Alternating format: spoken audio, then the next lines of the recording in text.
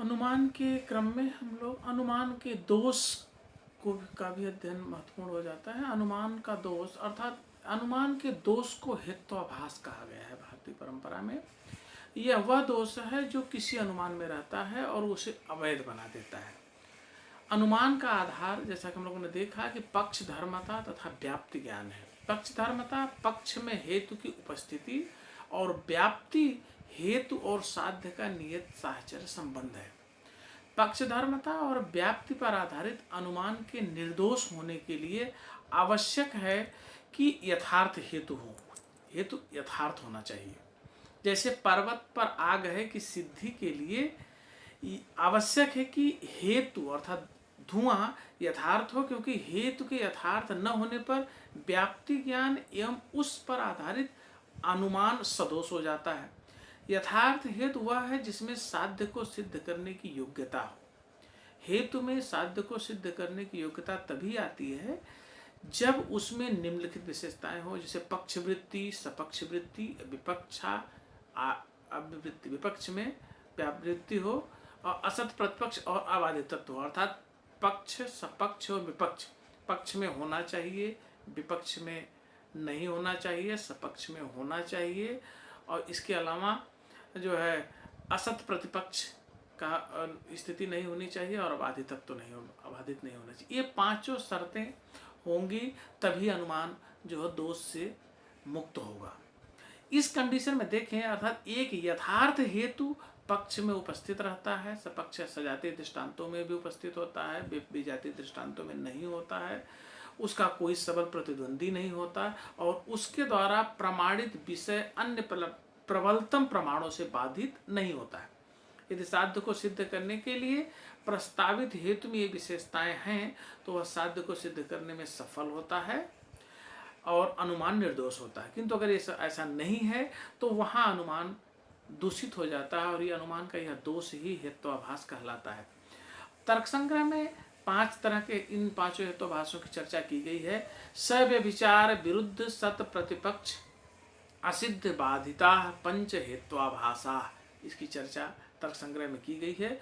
इसमें अगर हम पांचों हेत्वाभास को देखें तो पहला हेत्वाभास जो सव्यभिचार है, सव्यभिचार का मतलब है जो नियम है कि पक्ष सत्य, ये पांचों कंडीशनिंग है, पक्ष सत्वम, सपक्ष सत्वम, विपक्ष असत्वम, ये सारी जो कंडीशनिंग है यह सही ढंग से होनी चाहिए। अर्थात नियम से च्युत होने को व्यभिचार कहते हैं।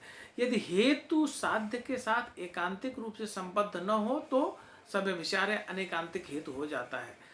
ऐसा हेतु कभी तो साध्य के साथ उपस्थित रहता है और कभी साध्य की अनुपस्थिति में भी उपस्थित रहता है। सव्यभिचार हेतु के 3 रूप माने गए हैं, तर्क संग्रह में दिखाया गया है।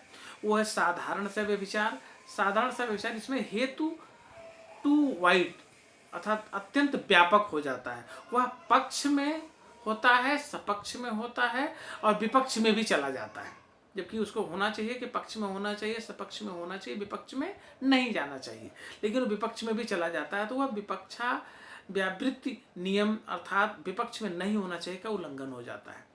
जैसे पर्वत पर आग है क्योंकि वह ज्ञेय है, इसमें हेतु जो ज्ञेयत्व है वो तालाबाद विपक्षी दृष्टांत में भी पहुंच जाता है, अतः इसमें साधारण सव्यभिचार हेतु हो जाता है। इसी तरह से असाधारण सव्यभिचार हेतु में इसमें हेतु अत्यंत संकीर्ण हो जाता है, टू नैरो हो जाता है। वह केवल पक्ष में होता है जबकि उसको सपक्ष में होना चाहिए। नियम है पक्ष में होना, सपक्ष में होना, विपक्ष में न होना, तो वह जो है पक्ष में ही केवल रह जाता है, सपक्ष में भी नहीं जाता है, क्योंकि वह उसका निजी गुण है। वह विपक्ष सपक्ष में दोनों में नहीं होने की वजह से वह सपक्ष वृत्ति अर्थात हेतु को पक्ष के साथ सपक्ष में रहना चाहिए, इस नियम का उल्लंघन कर देता है। जैसे शब्द नित्य है क्योंकि उसमें शब्दत्व है, इसमें हेतु जो शब्दत्व है, शब्द का निजी गुण होने के कारण सजातीय दृष्टांत में भी अनुपस्थित हो जाता है, अतः यहाँ असाधारण जो है सव्यभिचार हेतु हो जाता है। इसी तरह से अनुपसंहारी हेतु है, इसमें पक्ष जो है ऑल एक्सक्लूसिव सर्वग्राही हो जाता है।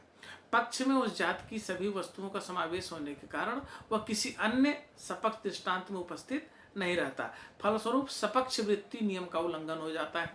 जैसे सभी वस्तुओं का अंत होता है क्योंकि वे उत्पन्न है, इसमें उत्पन्न होना हेतु पक्ष के सर्वग्राही होने के कारण किसी सपक्ष दृष्टांत में संभव नहीं है, अतः इसमें अनुपसंहारी हेतु हो जाता, दोष आ जाता है। इसी तरह से दूसरा हेतु जो तर्क संग्रह में दिया गया है वो है विरुद्ध हेतु। इसमें हेतु स्वव्याघाती होता है, जिसके कारण व्याप्ति संबंध साध्य के साथ न होकर साध्य के अभाव के साथ हो जाता है। परिणाम स्वरूप हेतु साध्य को सिद्ध करने के स्थान पर साध्य के अभाव को सिद्ध कर देता है। जैसे शब्द नित्य है क्योंकि वह उत्पन्न है, इसमें उत्पन्न होना हेतु अनित्य पदार्थों का लक्षण है, अतः वह शब्द की नित्यता को सिद्ध करने के स्थान पर उसकी अनित्यता को सिद्ध करने लगता है। तीसरा जो हेत्वाभास है वो है सत प्रतिपक्ष हेतु के रूप में। इसमें हेतु का विरोधी एक अन्य हेतु होता है। इसमें एक हेतु साध्य को सिद्ध करता है तो दूसरा हेतु साध्य के अभाव को, दोनों हेतुओं में समान बल होता है।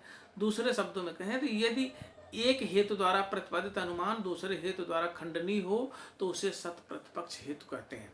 इसमें प्रकरण सम हेतु भी, इसे दूसरा नाम भी प्रकरण सम हेतु भी कहा गया है। जैसे शब्द नित्य है क्योंकि वह श्रव्य है, जैसे शब्द। दूसरी दृष्टांत है शब्द अनित्य है क्योंकि वह एक कार्य है, जैसे घट। इसमें प्रथम हेतु द्वारा स्थापित अनुमान द्वितीय हेतु द्वारा खंडित हो जाता है, अतः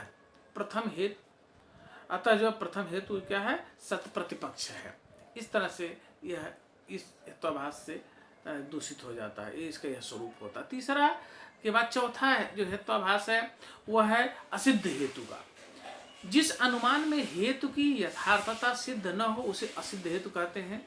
इसे साध्य सम भी हेतु भी कहते हैं, क्योंकि इसमें साध्य के समान हेतु भी असिद्ध होता है। इसके तीन भेद होते हैं, आश्रयासिद्धि, स्वरूपासिद्धि और व्याप्यत्वासिद्धि। आश्रयासिद्धि, जिस अनुमान में आश्रय या पक्ष काल्पनिक होता है उसे आश्रयासिद्ध हेतु कहते हैं। इसमें पक्ष असत होने के कारण हेतु भी असिद्ध होता है। जैसे आकाश कुसुम सुगंधित होता है क्योंकि यह कुसुम है, यथा उदाहरण के लिए। तो आकाश कुसुम का अस्तित्व ही नहीं है, तो उसके आधार पर हम उसको हेतु मान करके हम साध्य की सिद्धि करना है। इसमें आश्रय जो आकाश कुसुम है असत होने के कारण हेतु कुसुम भी असिद्ध है, अतः यह आश्रय असिद्ध है। दूसरा स्वरूपासिद्ध इसका जो रूप है, इसमें आश्रय या पक्ष सत होता है किंतु हेतु अपनी प्रकृति के कारण उसमें असिद्ध होता है। जैसे शब्द नित्य है क्योंकि वह चाक्षुक है, जैसे रूप। इसमें चाक्षुक होना हेतु स्वभावतः पक्ष है, शब्द में असिद्ध है, क्योंकि चाक्षुक होना कान का गुण न होकर आंख का गुण है, अतः इसमें स्वरूपासिद्ध हेतु है। इसी तरह से व्याप्यत्वा सिद्ध में जिस अनुमान में हेतु का साध्य के साथ व्याप्ति संबंध अप्रामाणिक हो उसे व्याप्यत्वा सिद्ध कहते हैं। जैसे शब्द क्षणिक है क्योंकि वह सत है, और जो क्षणिक है, जो सत है वह क्षणिक है, जैसे मेघ समूह।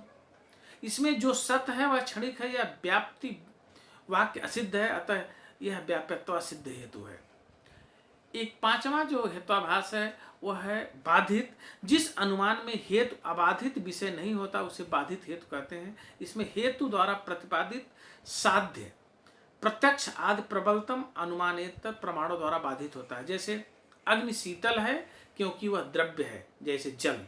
इस अनुमान में अग्नि की शीतलता का खंडन प्रत्यक्ष के द्वारा हो जाता है जो अनुमानेतर प्रमाण है, अतः इसमें बाधित हेतु है। इस तरह से हेत्वाभास की 5 स्टेप की तर्क संग्रह में चर्चा की गई है।